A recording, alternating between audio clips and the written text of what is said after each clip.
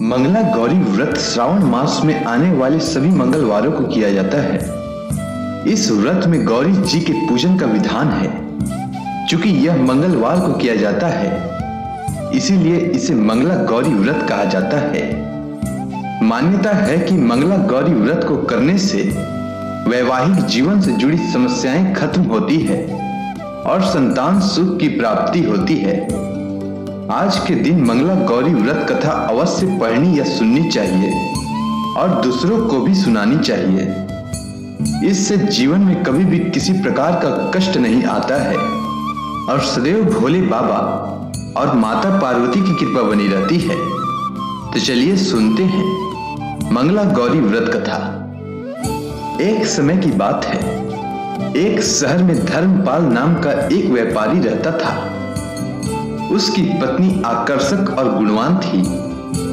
उसके यहाँ किसी भी चीज की कोई कमी नहीं थी, परंतु उसके कोई संतान न होने के कारण वह बेहद दुखी रहता था। वह व्यापारी और उसकी पत्नी दोनों माता पार्वती के अनन्य भक्त थे। दोनों प्रतिदिन पास के मंदिर में जाते और माता गौरी की पूजा अर्चना करते। साथ ही प्रत्येक मंगलवार को मंगला गौरी व्रत रखते थे। बहुत समय बीत गए। एक दिन माता गौरी उनके भक्ति भाव से प्रसन्न होकर व्यापारी की पत्नी को पुत्रवती होने का वरदान दिया, जिसके बाद व्यापारी को पुत्र रत्न की प्राप्ति हुई। घर में खुशियां मनाई गई। कुछ दिनों बाद एक मंगलवार को व्यापारी की पत्नी ने धर्मपाल को बगीचे में मंगला गौरी के पूजन के लिए आम का पल्व व फल लाने भेजी। जब व्यापारी आम का पल्व व फल लेकर आया तो वह थोड़ा उदास दिख रहा था। पत्नी ने व्यापारी से इस उदासी का कारण पूछा तो व्यापारी फुट फुट कर रोने लगा।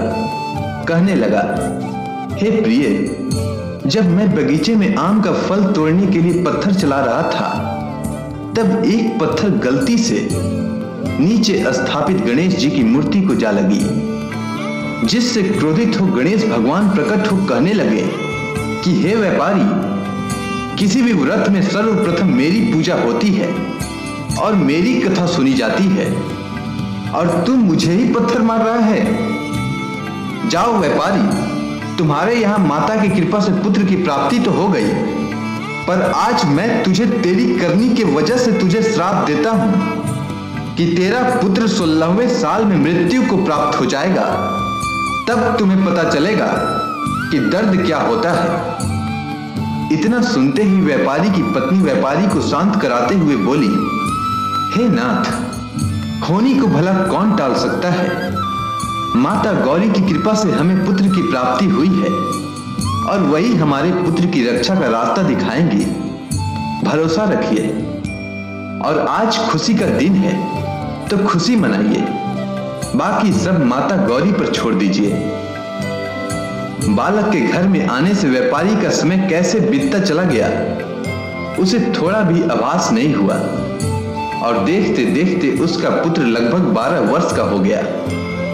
व्यापारी अपने पुत्र को पढ़ने के लिए काशी भेजना चाहता था, पर इससे पहले उसने अपने पुत्र की इच्छा भी जाननी चाहिए। इस पर व्यापारी का पुत्र बोला, पिताजी, मुझे अब पढ़ने में थोड़ी सी भी रुचि नहीं है।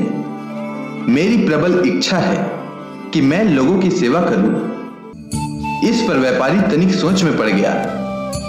धक से उसे याद आया कि गणेश भगवान ने श्राप दिया है कि उसकी मृत्यु 16वें साल में ही हो जाएगी। इस तरह से तो मेरे पुत्र का शेष आयु सिर्फ 4 साल ही बचे हैं, तो क्यों न इसकी खुशी जिसमें है वही किया जाए। यह सोचकर वह पुत्र से पूछा, तो बताओ पुत्र, मैं तुम्हारे लिए क्या कर सकता हूं। तब बालक ने कहा, हे पिताजी, आप मेरे लिए चौराहे पर 2 घड़े पानी और कुछ मीठा रखवा दीजिए और मैं आते जाते सभी राहगीरों को मीठा खिलाकर पानी पिलाने का काम करूंगा। इतना सुनते ही व्यापारी ने तत्काल इसका प्रबंध करवा दिया। और फिर क्या था, बालक चौराहे पर बैठकर आते जाते राहगीरों को रोजाना पानी पिलाता और सभी राहगीर पानी पीने के बाद उसे युग युग जीने का आशीर्वाद देते। 16वां साल पूरा होने वाला था कि उसी रास्ते से देवर्षि नारद जी साधारण साधु के वेश में गुजर रहे थे। तभी बालक की नजर उन पर पड़ी। बालक दौड़कर उनके निकट पहुंचा और उनसे बोला, हे साधु महाराज, तनिक मुझे भी अपनी सेवा करने का मौका दीजिए। नारद जी बालक के करुण स्वर को सुनकर बहुत प्रभावित हुए और बालक के द्वारा दिए गए गुड़ को खाकर पानी पिए और उनके मुख से भी युग युग जीने का आशीर्वाद निकल गया। तभी उनके दिमाग में आया कि यमलोक गए काफी समय हो गया है, तनिक उधर का भी खबर ले लिया जाए। इतना सोचते ही नारद जी यमलोक के लिए प्रस्थान हो गए।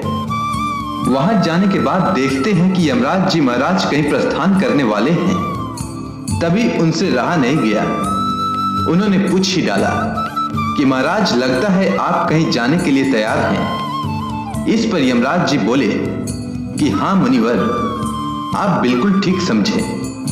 मैं पृथ्वी लोक पर एक बालक के प्राण हरने जा रहा हूं। तभी नारद जी ने पूछा, बालक, इतनी कम उम्र में भला वो क्यों? क्या उसका प्राण हरना इतना आवश्यक है? तब यमराज जी ने बताया कि एक व्यापारी का पुत्र है जो कि भगवान गणेश द्वारा श्रापित होने के कारण अल्प आयु है और उसकी मृत्यु 16वें साल में निश्चित है और आज उसका 16वां साल पूरा होने वाला है। पर आज भी वह बालक अपने मृत्यु से बेखबर राहगीरों को मीठा खिला रहा है और पानी पिलाकर उनकी सेवा कर रहा है। इतना सुनते ही नारद जी का माथा ठनका और बोले, आप कहीं व्यापारी धर्मपाल के पुत्र के बारे में तो नहीं कह रहे हैं? तब यमराज जी ने कहा कि आप बिल्कुल ठीक समझ रहे हैं महर्षि नारद। इतना सुनते ही नारद जी ने कहा, यह तो असंभव है महाराज।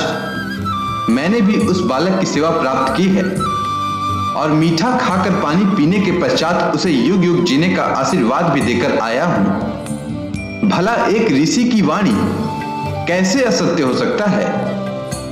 इस पर यमराज जी बोले कि यह सब मेरा काम नहीं है। मेरा काम किसी भी व्यक्ति का उसके निश्चित समय पर प्राण हरने का है, सो मैं करने जा रहा हूं। इसके लिए आप गणेश के माता गौरी के पास जाएं और उनसे ही बालक के प्राण की रक्षा के लिए याचना करें, तभी कोई काम बन सकता है। इतना सुनते ही नारद जी दौड़े दौड़े कैलाश पर माता गौरी के पास पहुंच गए और देखा कि वहां स्वयं भगवान शिव और गणेश जी भी बैठे हुए हैं। इसके बाद नारद जी ने सारा वृतांत कह सुनाया।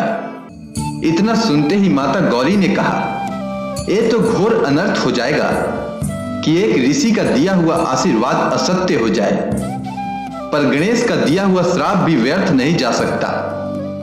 अतः इस समस्या का एक ही समाधान है कि पृथ्वी पर एक महिला है जो मंगला गौरी का व्रत करती है, जिसके फल स्वरूप उस महिला की पुत्री के जीवन में कभी भी वैधव्य दुख नहीं आ सकता है। यदि उस युवती के साथ धर्मपाल के पुत्र का किसी प्रकार विवाह हो जाए तो उस बालक के सर से मृत्यु का साया हट जाएगा। इतना सुनते ही गणेश भगवान मंद मंद मुस्कुराते हुए माता गौरी से बोले, आप धन्य हैं माता। किसी के प्राण कैसे रक्षा करनी है यह कोई आपसे सीखे। और अपने स्थान से उठकर गणेश भगवान माता गौरी के चरणों में सर झुकाया।